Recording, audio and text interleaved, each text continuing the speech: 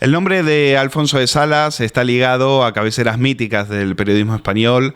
Hablamos del grupo Diario 16, hablamos de Unidad Editorial, del Mundo y ahora del Economista. Periodista Digital se acerca aquí a la redacción del Economista porque el periódico está de celebración, nuestros colegas cumplen 10 años y Alfonso de Salas siempre nos recibe en su casa, pero hoy con más razón porque el periódico cumple 10 años. Enhorabuena, Alfonso de Salas, y gracias por recibirnos. Bueno, muchísimas gracias a vosotros.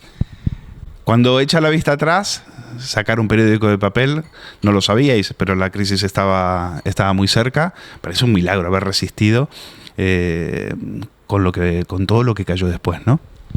Hemos estado alguna vez a punto del colapso, pero lo hemos conseguido salvar en el último momento y ahora ya, desde hace un par de años, la situación está mucho mejor. ¿Cuál fue ese momento crítico, Alfonso? Pues 2011 yo creo que fue el peor año. La W, cuando hubo la W esa de caída, fue terrible. Bueno, vamos hacia atrás. 2006 sacan el periódico en papel. Que lo tiene aquí en la mano como siempre. El director es Carlos Salas y la primera apuesta no funciona del todo bien, solamente 8 meses hasta que Amador Ayora se hace con las riendas. ¿Qué fue lo que pasó? Sí, nosotros teníamos una línea editorial pactada con los accionistas y pactada con los profesionales que se incorporaban al periódico. Y Carlos Salas, al entender del Consejo de Administración, pues no tenía la sintonía necesaria con esa línea editorial, con lo cual tuvimos que hacer un cambio rápido, que es lo que hay que hacer en prensa. Cuando ves que una persona, un director, no funciona bien en su labor, cámbiala cuanto antes. O sea, la salida de Salas tuvo que ver solamente con un tema de línea editorial, que él no encajaba dentro de la línea de los principios fundacionales del periódico. Así fue, era como un gran periodista, es una persona muy eficiente y muy trabajadora, pero que no coincidía con nuestros planteamientos ideológicos para los cuales habíamos creado el periódico. Bueno, cuéntanos un poco quiénes eran las personas que le acompañaron. Algunos habían estado con usted también, venían ya de la etapa del Mundo, pero la gente no los conoce. ¿Quiénes fueron esas personas? ¿De dónde sacaron el dinero para fundar un periódico? Y si ya en ese momento sacar un periódico de papel de prensa económica no era una locura, no era casi una utopía. En el 2006 no era una utopía, había mucha publicidad todavía, los periódicos estaban en el punto más alto de su crecimiento y la publicidad en papel, vamos, nos salía por las orejas. Entonces creamos el periódico con 2 socios del Mundo, Gregorio Peña Barona y Juan González, más luego se incorporaron otros accionistas que también estuvieron con nosotros en el Mundo, como Antonio Rodríguez Arce, Carlos Cutillas, y luego yo conseguí pues que entraran 10 o 12 accionistas más. Uno importante fue Il Sole 24 Ore, el gran periódico económico italiano, que tomó una participación superior al resto, tomó una participación del 15% del periódico. Alfonso, cuando se lanza un periódico de papel, aparte de dinero, ¿qué es lo que hay que tener? Y una vez que se tiene el dinero, ¿cuánto tiempo pasa hasta que uno hace el famoso break-even, ¿no? Hasta que uno deja de perder dinero? Nosotros en el plan inicial teníamos previsto 5 años de pérdidas y hemos perdido 10.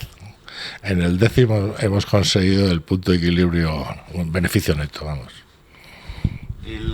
Bueno, cuéntanos también la evolución de la redacción. ¿Cómo era la primera redacción y al final, una vez que empieza la batalla en Internet, hasta cuánto ha crecido esa redacción? La plantilla siguió creciendo un poco a lo largo de los primeros años del periódico y llegamos a ser como 150 o 160. Entonces, con la crisis que empezó en el 2007 y continuó y se acentuó en el 2008, tuvimos que empezar a hacer unos ajustes muy fuertes en el 8, en el 9, en el 10. Cada año hacíamos un ajuste supletorio. Y bajamos a 114, 115, que son los que somos ahora. El objetivo era, el adversario, el competidor era expansión. Nunca 5 días. Cinco Días es un periódico que vive pegadito al país y no tiene personalidad propia, ¿no? Entonces, nuestro competidor, al principio era la Gaceta de los Negocios también, que desapareció en estos años, y luego pues el diario Expansión, que en papel era el líder. La Gaceta, en ese momento todavía estaba Juan Pablo Villanueva, si no me equivoco, 2006-2007, o en todo caso todavía estaba en un buen momento. Era un periódico económico, en aquella época era fundamentalmente económico y competía con nosotros. ¿Cuándo empiezan a ver que la batalla está en Internet? Hoy, decir El Economista, yo creo que mucha gente, la mayoría no lo asocia solo a un periódico económico, sino ya a una marca en Internet. ¿Cuándo se dieron cuenta de que había que dar ese salto? Lo vimos muy pronto, ¿no? Desde el primer momento lanzamos la web complementando al periódico, y que yo en El Mundo habíamos tenido un desarrollo magnífico de Internet. El Mundo había sido líder de Internet desde el primer momento, desde el año 2000 y pico, que es cuando nacieron las webs de los periódicos, y entonces decidimos hacer el mismo operativo en El Economista, coger gente muy buena y hacer una apuesta por Internet. Le quería preguntar porque hay un fenómeno similar, o encuentro algunos paralelismos, por ejemplo, con Infobae. Infobae era un periódico también económico en Argentina, luego se fue transformando en una gran plataforma en Internet y hoy es uno de los más potentes en América. No sé si ese fenómeno lo tuvieron presente a la hora de hacer la gran expansión que hicieron en Internet. No, nosotros desarrollamos Internet en España, fundamentalmente. Hasta hace 2-3 años que ya decidimos dar el salto al otro continente, América, ¿no?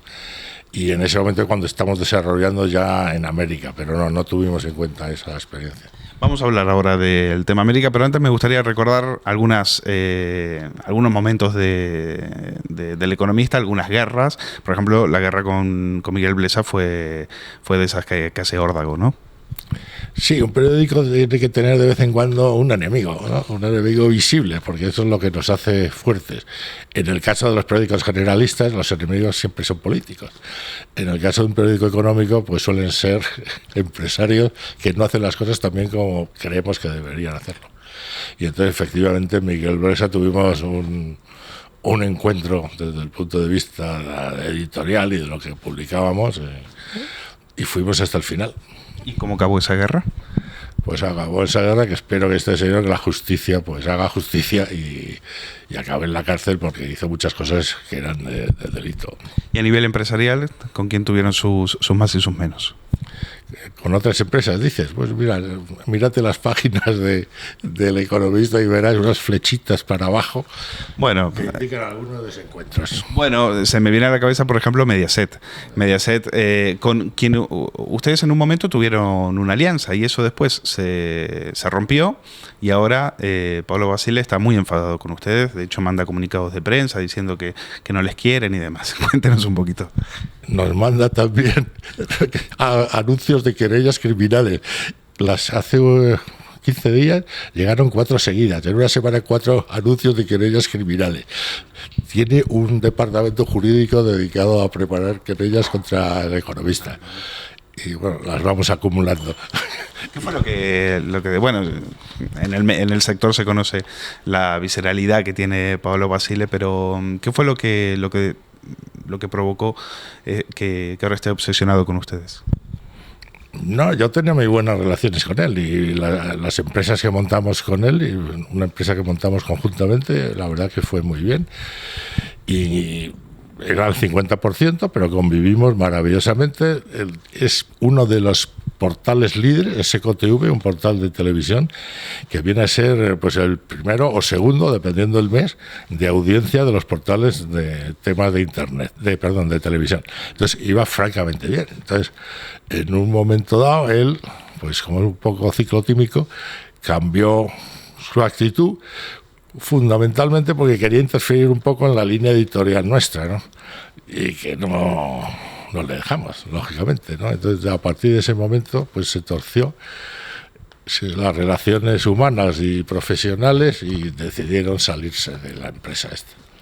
Bueno, dejamos a Pablo Basile. Vamos a ver el tema de ese gran salto que dieron. Año 2013, si no me equivoco, ya cruzan el charco y se van a México.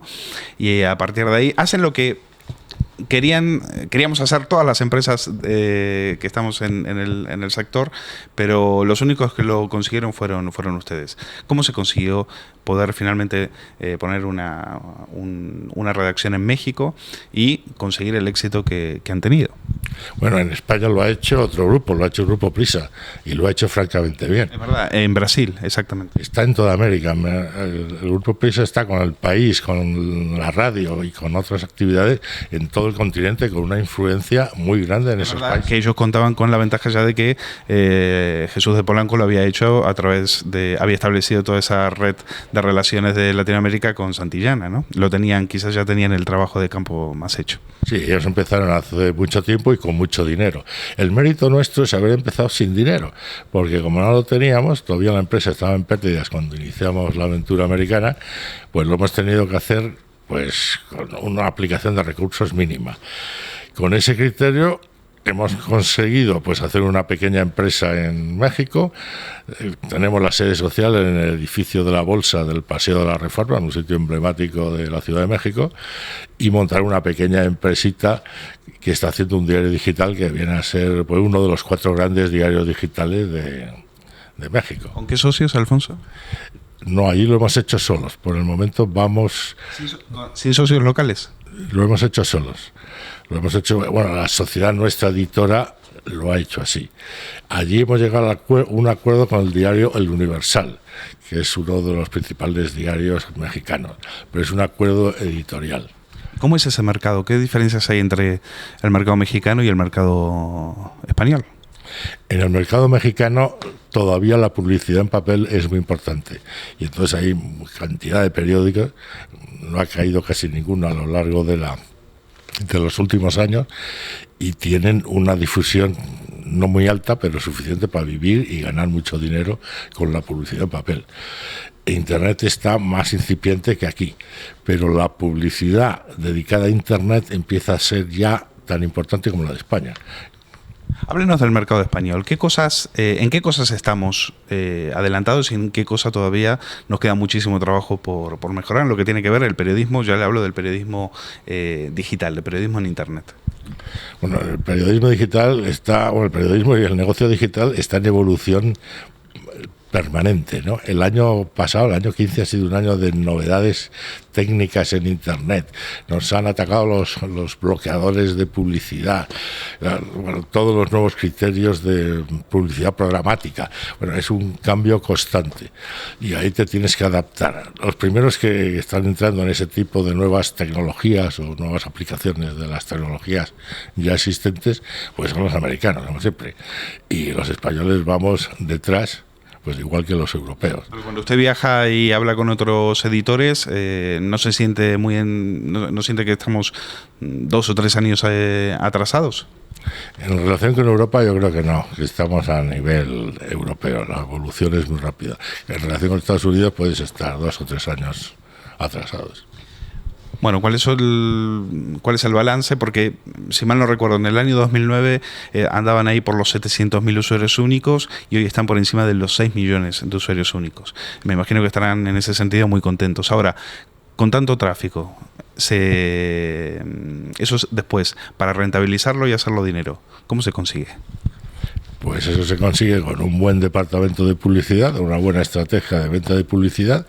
A nosotros nos ha ido bastante bien a lo largo de estos años con un departamento propio y este año, al principio de este año, decidimos llegar a un acuerdo con el Grupo Vocento. Entonces hemos encargado al Grupo Vocento la venta de la publicidad tanto en papel como en Internet. Usted tiene fama de ser un editor austero, cuando en realidad, por lo general, en las empresas periodísticas se ha despilfarrado muchísimo dinero. ¿Diría que ese ha sido uno de los secretos del economista para aguantar años tan duros de crisis? Sin duda ha sido ese el criterio. Si llegamos a seguir gastando como gastábamos en la burbuja aquella del papel, estaríamos en la ruina total. ¿Cómo ve el periodismo y cómo ve a los editores de periódicos, que es una profesión cada vez quedan menos, porque son lugares que por lo general suelen ser ocupados por altos ejecutivos que de periodismo entienden poco? ¿Se echa en falta esa figura? ¿Se cree que se está quedando solo? hay dos periodismos en España, ¿no? El periodismo de los periódicos de provincias, que lo están haciendo bien y económicamente son mucho más rentables que los nacionales. Bueno, los nacionales de Madrid, porque si vas a Cataluña, que hay algunos que son de distribución nacional, el apoyo que reciben de la Generalitat local es tan fuerte que les hace tener una ventaja competitiva evidente, ¿no? De los de Madrid, pues hay un exceso de periódicos y desde el punto de vista empresarial yo creo que están gastando mucho más de lo que se podría gastar en la etapa actual. Tienen que reducir costes si quieren sobrevivir. Antonio Cañó ya le ha avisado a la redacción del País que, bueno, que la edición en papel podría desaparecer en el corto plazo o sufrir unos cambios radicales. ¿Cree que esa va a ser la tendencia para todos los de papel? Yo creo que tienen que reducir los excesos de plantillas que tienen, pero la distinción entre papel e Internet es muy difícil.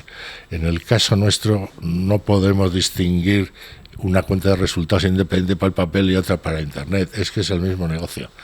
Papel e Internet es el negocio editorial del siglo XXI. Lo que pasa es que, por ejemplo, el diario ABC ha tenido que dejar de tirar periódicos de papel en las islas, en Canarias, en Baleares, por un tema de coste. Le es mucho más, decían en Vocento, no sé, mucho más fácil y más rentable darles tabletas digitales que enviar el periódico a las islas.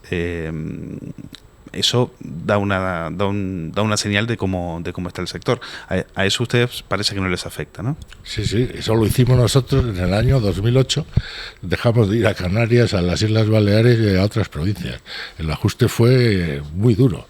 Ajustamos la distribución de las 52 provincias españolas en los días laborables, solamente vamos a 16, salvo el fin de semana que vamos a las 52. A las demás no vamos más que a 16. Y la difusión ha caído igual que ha caído en expansión a 5 días. Con lo cual, me está diciendo que dentro de poco, o sea, al papel no le quedaría mucho, ¿o sí? No, sí le queda. El papel es la guinda del pastel, lo que da prestigio a la marca. Entonces va a seguir existiendo. Lo que pasa es que no tiene sentido enviar 100 ejemplares a Canarias para que te devuelvan 50. Eso desde el punto de vista... ¿El anunciante todavía quiere todavía verse en el papel antes que en Internet? Quiere verse en el papel, pero no en el papel de Canarias. Perder Canarias no le importa. Bueno, Alfonso de Salas, gracias. Enhorabuena por esos 10 años y que sean muchos más. Gracias. Muchas gracias a vosotros.